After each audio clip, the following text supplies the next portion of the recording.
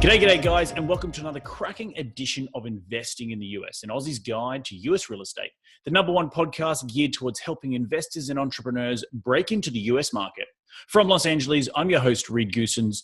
Good as always to have you with us on the show.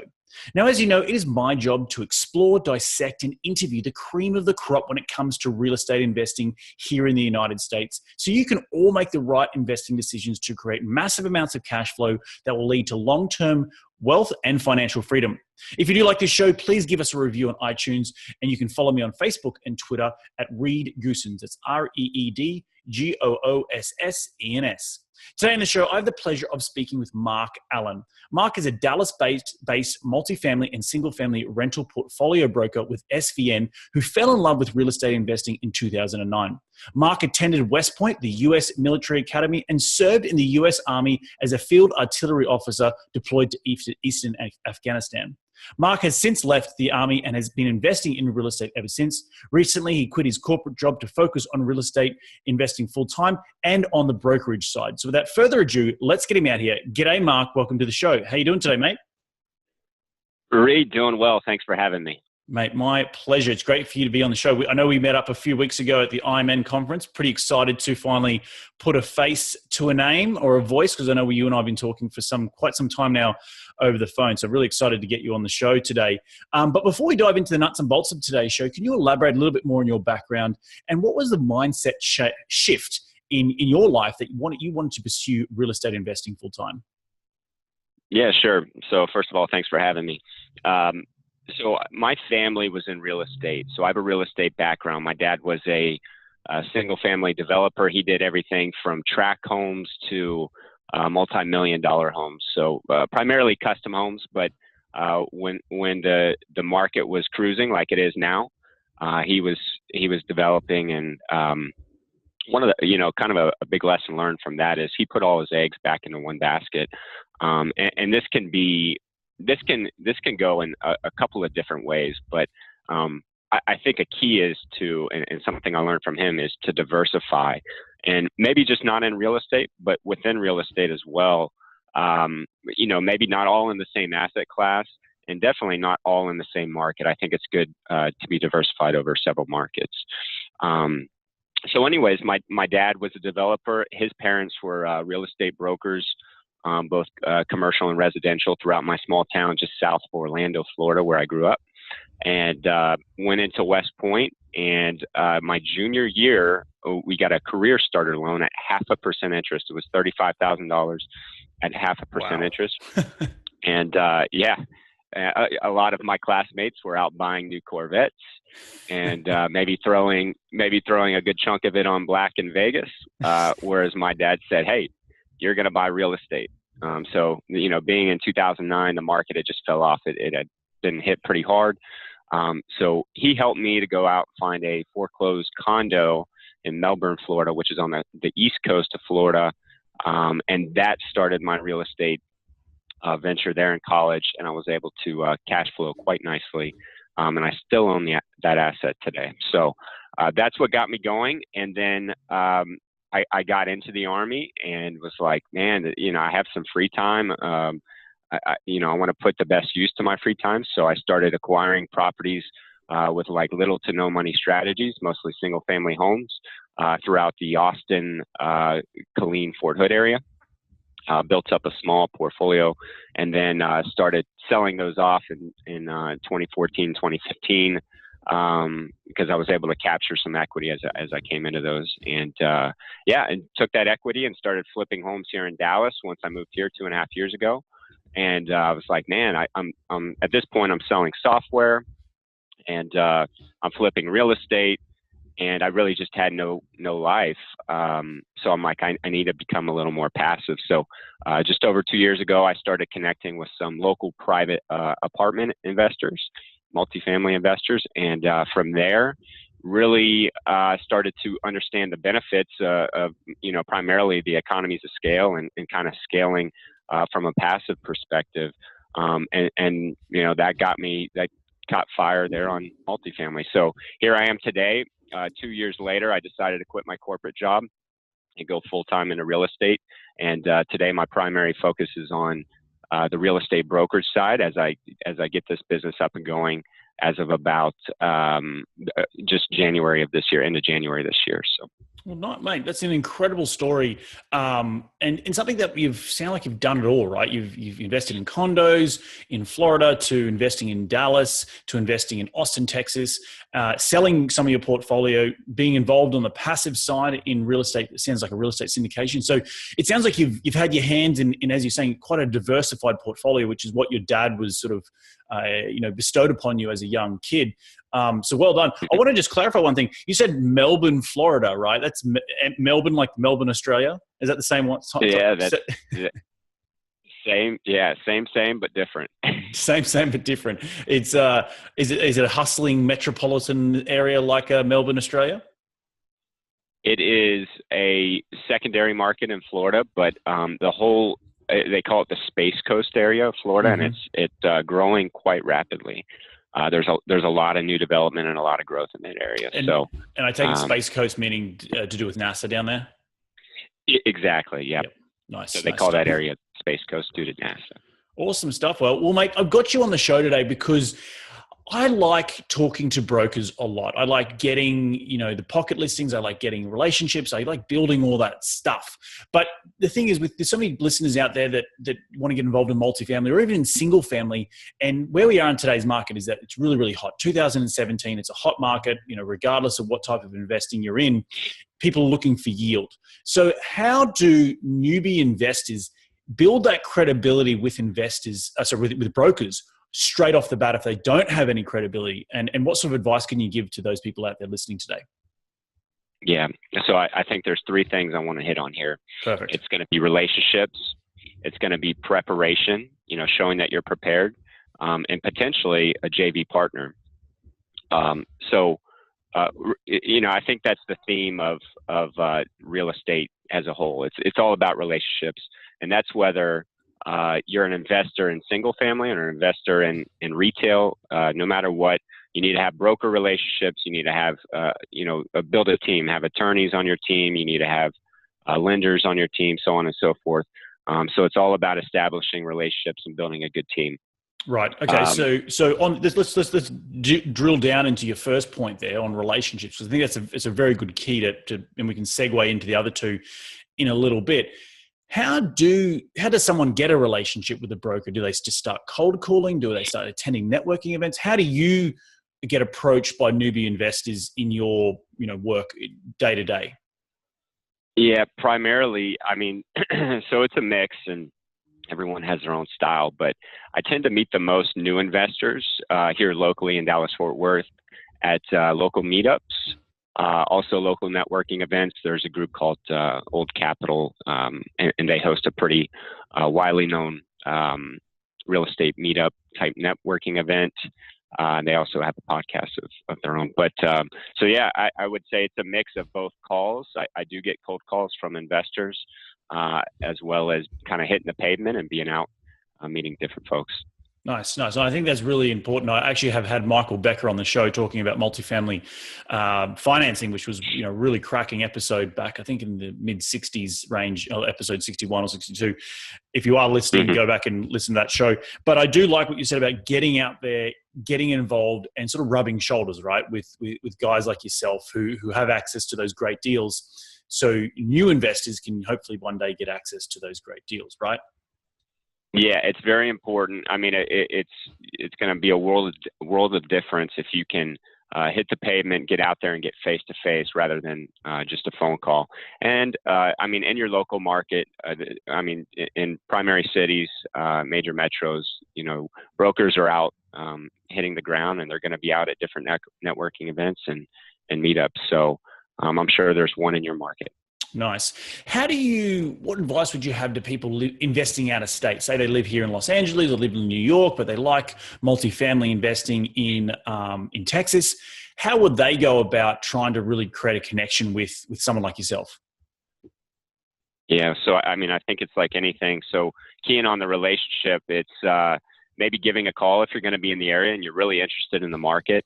kind of do some research, find out who the top brokers are in every market. I think every market is different. Here in Dallas-Fort Worth, it's a major, I think as far as number of units, it's one of the top in the country, and it's a very hot market with a lot of investors chasing yield right now throughout Texas.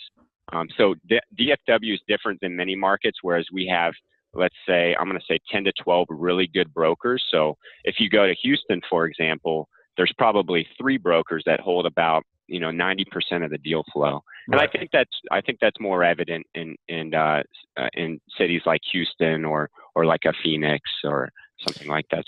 And why is that? Why would only a handful of investors in those other markets hold the 90% of the deal flow? Oh, why is that? I mean, I think it's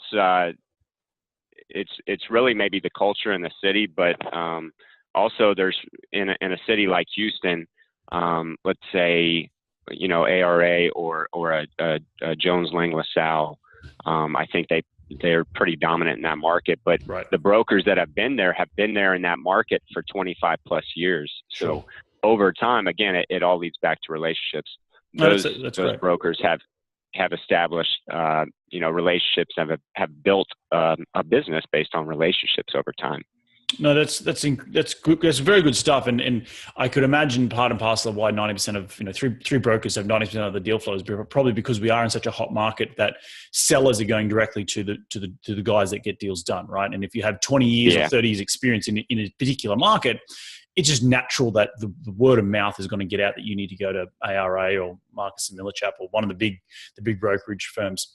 I want to segue on to your second point, which was preparation. I have one other point. Yeah, go ahead. I don't mean to cut you off. One other point there. So a market like DFW, it may be easier to gain access to deal flow because there are so many brokers that are putting out deals.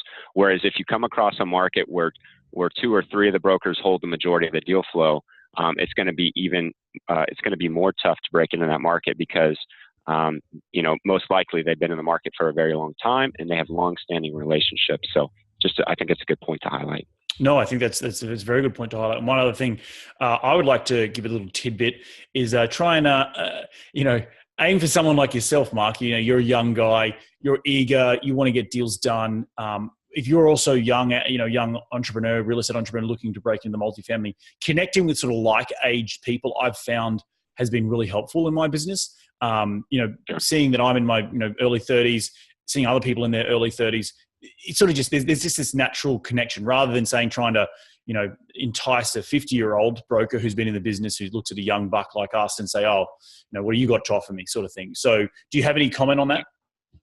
Yeah, no, that's a great point because we have 10 brokers on our team and they range. So my managing director, he did almost 20 deals in 2015 and now he's more focused on the business. Right. But if he has a listing, he has longstanding relationships and he's at the point, and I think this is probably evident with some of the brokers that have been around quite a long time and have done, quite a few deals.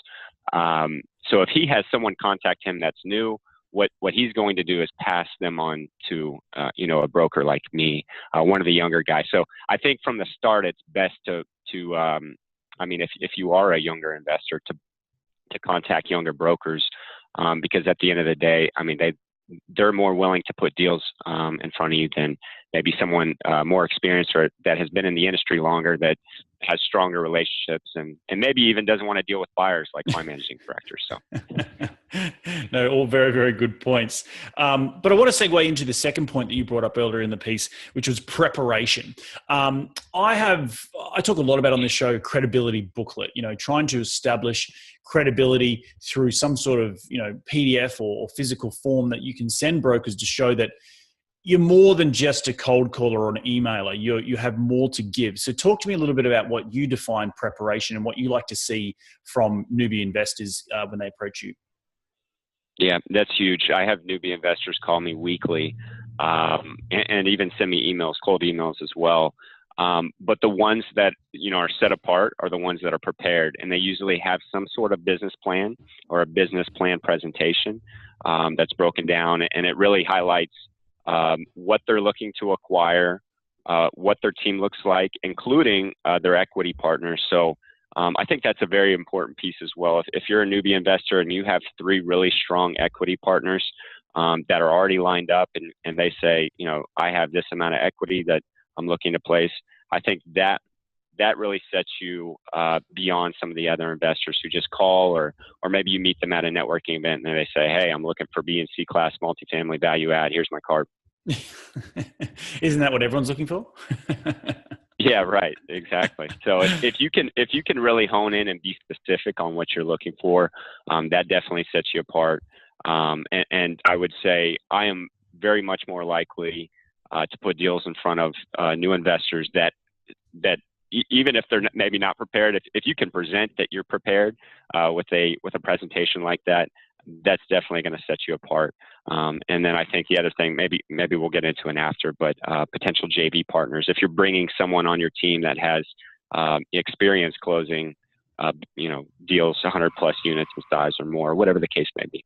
Yeah, no, I think that's a very good point, and we'll get into that in a little bit. But I just want to hone down a little bit more on that credibility booklet and that presentation.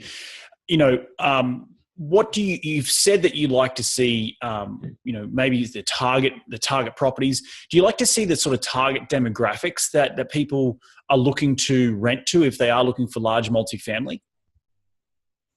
Sure. Yeah. The more information, the better. And if you can give the why behind your strategy, even better. Right. No, I think I completely agree. So for all those listening out there, defining what type of property you're looking for also doesn't just mean that the vintage of the property in Class A, Class B, Class C, or the number of units. It also, you want to define the type of demographic you're looking to rent to and your investment criteria and strategy, because, some people look for Class A and they want to rent to, lawyers and engineers and, the higher net worth individuals. But other people like myself, and I'm sure you, Mark, as well, look to those sort of blue collar type of workers to rent to, affordable housing type of model. And that's really, really important to get across to a broker if you are trying to present yourself with in a better light, right? Have I hit the nail on the head there? Yeah, absolutely. Because I think it shows that not only you're prepared, but you have market knowledge, or you have knowledge on the industry as well. Yep. No, I think that's great. So let's segue into that last part, which was, being partnered with the right types of people and the equity partners, and how that looks in your credibility book or sort of presentation to a broker. What do you mentioned before, you like to see that there's equity partners lined up. Is it just a picture of them? Or is it, do you show a bank account? Like, is there just the story you tell? As a newbie investor, do you say, okay, well, I've not done this before, but XYZ people have done it and have been successful at it? Yeah, I don't even think you need to give names, or it's not like you need to say, hey, this is John Doe and this is his email address. He's looking to place $1 million in equity. It's more so a story. It's like, hey, I have XYZ partner, X partner has been successful in maybe it's like land development or something outside. Maybe he's made money by building a tech business and selling his business, and he has, $50 million to play with, and he's willing to partner with me and place $1 million plus, or whatever the case may be, depending on how well, the quality of the deal. Right. So it's just more of a story when you meet those brokers. It's more of a story. Yeah. You meet those brokers, you're having a phone call, or maybe you're also inviting those brokers out to lunch to present you that pitch deck, right? That could be that's been very helpful in my business is meeting up with brokers after maybe you've met them at a networking event to explain that story a little bit better one-on-one in a quieter situation over a coffee or even over lunch or over a beer. I'm sure you get invited out a lot, right? You go to a lot of lunches. Yeah, lunches and dinners. Hey man, free food. You can't complain about free food, right? Absolutely, and it's like anything. Even thinking back to myself as an investor in single family, sitting in living rooms of potential sellers. Maybe they might be in their 60s, but I walk into their home and kind of look around the home and see, maybe they have a bowling trophy or pictures of their kids, and it's just something to kind of key on. So, just like building relationships in any sense, you want to find a connection. You want to understand, what they value, what their interests are, and try to key on those, but don't be fake about it. Right. Obviously, I mean, we don't need to get into that, but no, I think being genuine, but having a few sort of tools in your tool belt, building those relationships, preparation, and showing that you've got some equity partners, I think is all really, really important to building that credibility quickly with a broker. And it's about, it's not rocket science, but at the end of the day, it will take time, right? It's nothing just happens overnight. So, I can't just call you tomorrow, Mark, and say, hey, Mark, give me a deal. It's not going to happen. Like, you're not going to just send me, random Joe Blow just calls you out of nowhere and is like, I want a Class C, multifamily 150 units. Send me what you got, without having any lick of knowledge of who they are, why they're calling you. I think it's really important to drive home the fact that it will take some time to build these relationships. It's not just at a drop of a hat, right? That's correct. Yeah. Yep. And I think another big separating point with the equity partners as you start to go network and build your business and kind of add these potential equity partners to your database. It's important to have a mix of different investors. Right. No, I completely agree. So let's talk a little bit about the other side of what you're doing at SVN. We've talked about building credibility with brokers. How are you building your own credibility with getting great leads? Because we're in a very hot market right now. You're based in Dallas-Fort Worth. I know you work for SVN. So you talked a little bit about, being in someone's living room, attracting those right leads. What are you doing right now to find cracking deals in your chosen markets? Yeah, sure. So it's important, just as it's important for investors to build credibility and build relationships. The same goes for me with investors and current owners. So I guess whenever I first started, it was all about building out my database, connecting with different folks. Well, now it's more, who do I need to focus on? Who is most likely to sell in the next 2 years? And what kind of value can I bring to them that will help get a meeting and help get me face to face? Because it's not easy for a busy investor that may own 2,000 units for me to call them up and say, hey, I want to go take you to lunch. It's like, okay, what kind of value? I have people all the time asking me to take me to lunch. So I have to figure out how I can add value.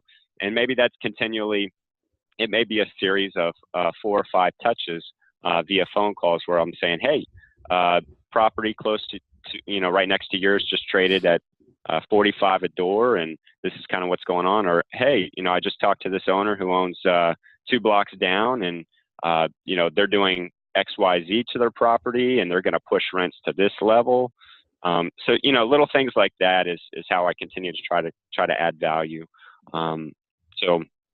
Which is more of a challenge. Go ahead. I was just going to ask, and how are you finding those owners? Are you using any software to track them down, or is it just because you have traded stuff in their neighborhood? So you've sort of just said, oh, there's another property down the road that would be interested. I know it's not for sale. I might approach them. Talk me through that process. Sure.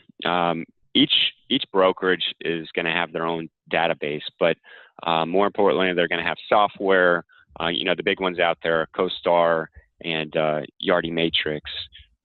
Which is going to give you a wealth of information, not just about each property in the markets, but it's going to give you rent data, it's going to give you occupancy data, and it's also going to give you the owner contact information for the most part, if it's available, via public access. So it's going to give you the person's contact name, their company, and their phone number. So that's crucial for brokers, and I know there's quite a few investment companies that have access to that same information. They have, after they build up a team, they have acquisition players, like a director of acquisitions or acquisitions team that may do the same, and they may call. But at the end of the day, I think owners feel more comfortable working with brokers rather than directly with just one potential buyer or investor. No, I think that makes sense given where we are in the market right now. Are you seeing a lot of sellers doing some soft shop their deal, which means they're sort of just like you're saying, hey, okay, you've been calling me 3 or 4 times, Mark. I'll see what you got. See what sort of interest you can generate from this property. Yeah. So the key for the broker is to determine the level of motivation. Mm-hmm. So there's oftentimes I come across potential sellers they say, hey, I would consider selling, but this is a great asset. And I would also consider refinance, and I may be leaning more towards a refinance. So in that case, I know the motivation isn't high, and many potential sellers or many investors may use this tactic to kind of get a baseline to understand what their property might be worth. So, you have that case, which I come across quite often. And then you have the case where it's like, hey, I'm ready to sell because of a divorce, because of a death. You've been staying in touch, and you've talked about bringing offers for me. So this is my expectations, and it's usually their pricing expectations, usually based around a net, an amount that they want to net. And I'm able to say, hey, I think that's realistic, or I think that's unrealistic, and here's why. But then I'll, work to, I guess, with this pocket listing or off-market deal, shop to a couple of investors who I know who are strong buyers and, have built a relationship with me. And I'll put an offer in front of them. At that point, it's typically in the case of the off-market deal or the pocket listing, if it meets their expectations, hey, I'll move forward. But if not, then I'm going to go fully market this, with a broker. And at that point, I don't know if you want to talk through kind of what that process looks like, but I can talk through that. Let's do it. Let's talk through that, because this is all leading to the right point, and that is, how do you get to see those pocket listings? But say you do have a soft sell pocket listing, you've taken it out to your guys that are strong buyers or strong investors in your market, and they think they might be interested in that particular asset. But then they don't, maybe the seller's expectation is too high, and they just say, look, the seller's not wanting to take your offer right now, and we're going to have to go and do a full marketing package. So talk to me about that process there. Yeah, so it is a bit of trying to reset expectations, but in the same sense, they still have a potential that, hey, if I fully market this deal, it's going to get maximum exposure, and I'll get an offer where I want it. But they know at that point, if it's fully marketed, the broker comes to market with the deal, it's fully marketed, then whatever the highest offer is, that's, what they're going to be walking away with. So if and most feel this way. I mean, most would rather fully market their deal, and there's brokerages that sell, hey, you're going to receive 10% higher if you fully market this deal, because they'd rather get their name out as brokers as well in the market. So what an owner typically does, or an investor typically does, is ask for, it's called a BOV, a broker's opinion of value. And typically they ask for 2 to 3 BOVs, which are essentially listing presentations. And the broker will prepare, this is what I think the value of your assets worth, or assets. And this is why you should use us to list your property. And, here's a little bit about our team and our background and experience. Interesting. Go ahead. No, I was just going to say that's the gist of the listing, I guess, that process to list. No, that's really important, the BOV. And so it essentially is a horse and pony show for the brokerage firm to entice the seller to list with them, correct?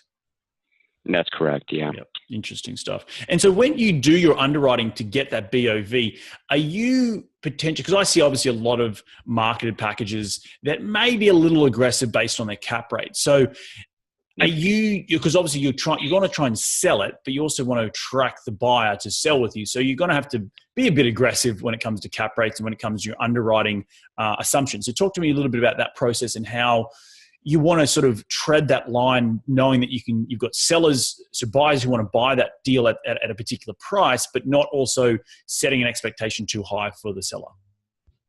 Yeah, and maybe I'm giving up some brokerage tactics here, but yeah, I mean, brokers are going to come in and they know typically, unless they have a really strong relationship, they've known this seller, it's been a client, they put them in multiple deals. They're probably maybe a little more conservative.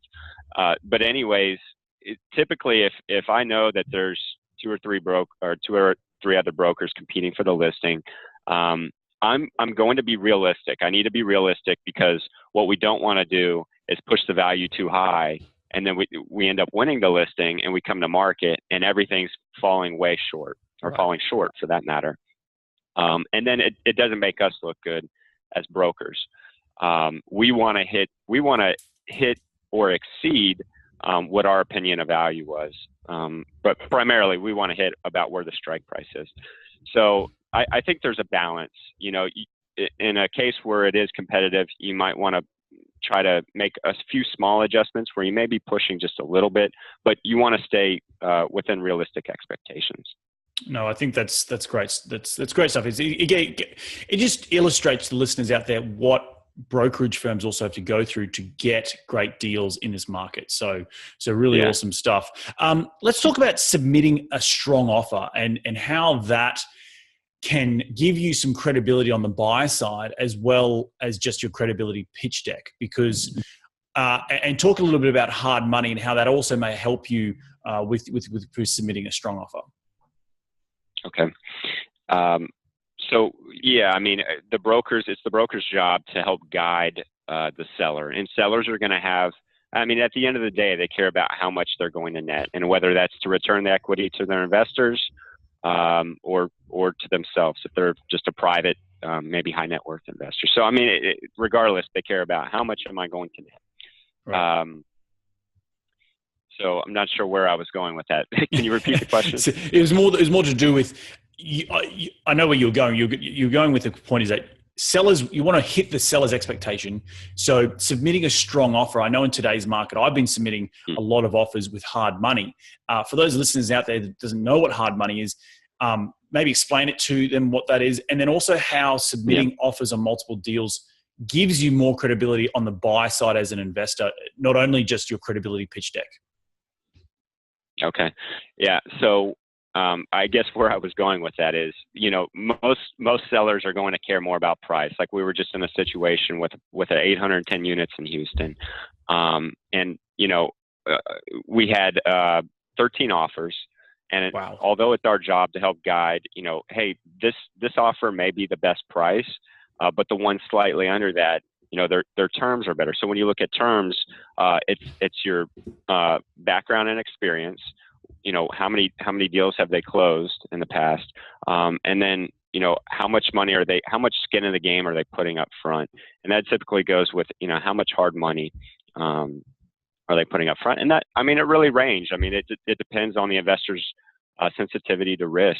But we see anything from, I'm going to say, you know, $5,000, you know, day one on maybe a smaller deal to $200,000 after day 7. So, I mean, it really ranges. Yeah, that's an incredible range and something that maybe you can elaborate a little bit on. Is that always been the case offering hard money, or is it just because we're in such a competitive market right now? Like go rewind 2 or 3 years ago, was hard money still being offered? Yeah. So again, based on my experience, I've only been in the brokerage business for several months, but listening to stories from my managing director, Todd Franks, he's been in the business for 20 years, and it definitely shifts. You know, there's a buyer's market and a seller's market right now. We're maybe getting closer to the top of the market cycle. It's a seller's market. So yeah, there's definitely a shift there. You're absolutely right. Interesting stuff. Well, mate, look, I have really enjoyed, you know, getting you on the show today. I really want to know, what does the future hold for you, both personally and in your business? Sure. So I think for me, it's kind of like the 80-20 rule. So right now I really want to kind of shift it to the 90-10, and I'm still doing some things to build up my equity partner or passive investor database, and I'm still putting out newsletters. And I still want to build that pot, and I'm also helping place potential equity partners with investors that I'm trying to bring value to that could be potential sellers. So I'm still doing some investing stuff, but not so much as I want to put the majority of my focus here in the brokerage business to get it up and running and establish myself in the marketplace. Awesome stuff. One final question before we dive into the lightning round is, what's the biggest takeaway advice you can give to investors out there in today's market to land a cracking deal and to build that awesome credibility with their brokerage firm or a brokerage firm? Yeah, I think it goes back to kind of the theme of of this interview, and it would be relationships. But before you start to establish relationships, be prepared. Have a pitch deck, just like you teach many of your listeners and students as well. So be prepared. Have a presentation. Have a couple of key equity partners lined up, and then go out and start to build relationships. And I think that'll set you apart. I love it. Love that stuff. Mate, are you ready to dive into to give us the top 5 investing tips? Yeah, let's do it. Too easy. All right, mate. What is the daily habit that you keep to keep you on track towards your goals? Sure. And I think this can be applied in a couple of different areas, especially for your listeners. But for me, it's setting aside time each day. And it's typically first thing in the morning and then sometime in the afternoon. And it's locked in my schedule. No matter what, nothing can touch that hour in my schedule, and it's prospecting. So I have a goal of 30 calls per day, and that's primarily a mix of cold and warm calls. But I want to make sure I have 30 touches per day. And that I may not be connecting with investors on each call, but I try to keep track of all my metrics, how long each call is taking, how many successful investors am I able to connect with, how many voicemails am I leaving, and what's my return rate on voicemails as well. Interesting stuff. I think having that, that number of 30 calls a day, you're doing 150 a week, there's bound to be some sort of success, right? Even if you use a 5% rule of success, that's a great number of calls that you're going to get back, 5 to 10 calls back is incredible. Yeah. And this can be applied for new investors as well. Set aside, maybe you work a full-time job. So set during your lunch break, you're going to take an hour to work on investing each day. So whether it's, building your pitch deck, whether it's, making 3 calls to brokers, trying to set up meetings, or whatever the case may be. Love it. No, it's really good advice. And I think it's great for those people out there who are balancing that full-time trying to break into real estate investing. You got to sort of put your priorities, set aside some time each and every day. I suggest 2 to 3 hours each and every day. And all those 2 to 3 hours, maybe call some brokers, maybe, work on your pitch deck, maybe work on your newsletter, building up your database. So very, very good stuff. Mark, who is the most influential person in your career to date? Yeah, so I'm going to go with the brokerage career, and that would be Todd Franks. Todd Franks, again, as I mentioned, my managing director here at SVN. He's been with boutique brokerage prior to starting up a franchise here with SVN in Dallas-Fort Worth. But he's been doing Class B and C value-add multifamily for nearly 20 years, and has a wealth of experience and a wealth of contacts and relationships. So as I get going and I'm doing these listing presentations and constantly working with, through cold calling, it's like I'm picking his brain every day. So, definitely Todd Franks. Todd Franks. All right, mate. Also, if he's out there listening, you are Mark's most influential person in his career. So awesome stuff. What is the most influential tool in your real estate business? I know being on the brokerage side and being on the investing side, you'd have to have a really awesome tool that helps you be successful each and every day. Yeah, Yardi Matrix. I have to go back to Yardi Matrix, which is the reason I can prospect. Okay, so how much is Yardi Matrix per month? For those listeners out there wanting to get Yardi Matrix.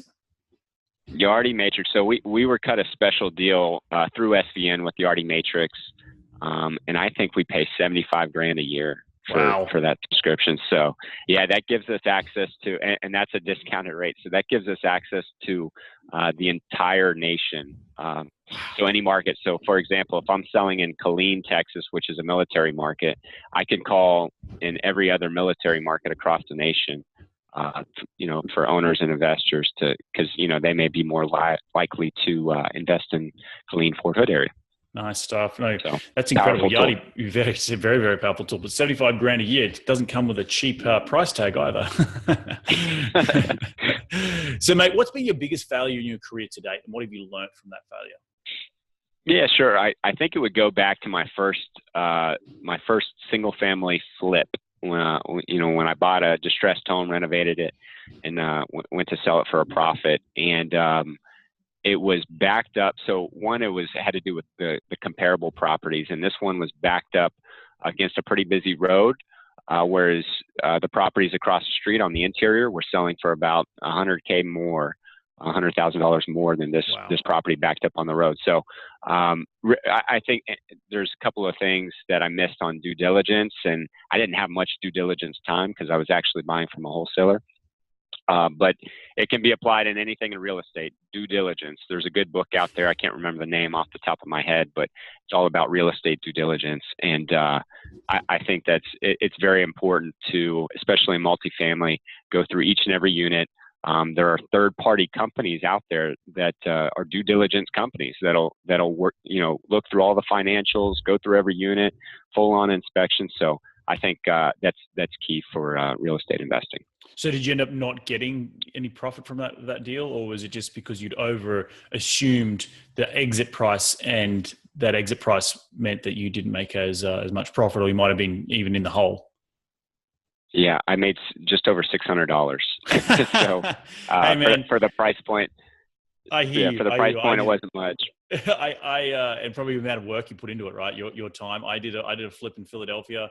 I lost $40K, but I got out of the deal, and I got it sold at the end of the day, and I paid my investors back. So, I did what I said I was going to do, and I took the hit, right? That's part and parcel of being a syndicator. So whether it be on single families or multifamilies, it's but lessons learned from flipping houses. Don't flip houses. Invest in cash flow. Exactly. Yeah. I overinflated the in sales price, the ARV, and then I missed the expenses. So, because I had to redo the plumbing and stuff like that. That's another story. All those unforeseen conditions in existing houses. As soon as you touch the walls, you rip them open. You're like, oh wait, I got to replace all these cast iron pipes, or the HVAC's screwed, and you couldn't see that in your due diligence, or if you had to make a quick due diligence, you didn't have the time to go through it thoroughly. But very interesting stuff, and something that we can talk to you again on another podcast when I get you back. But where can people reach you to continue the conversation?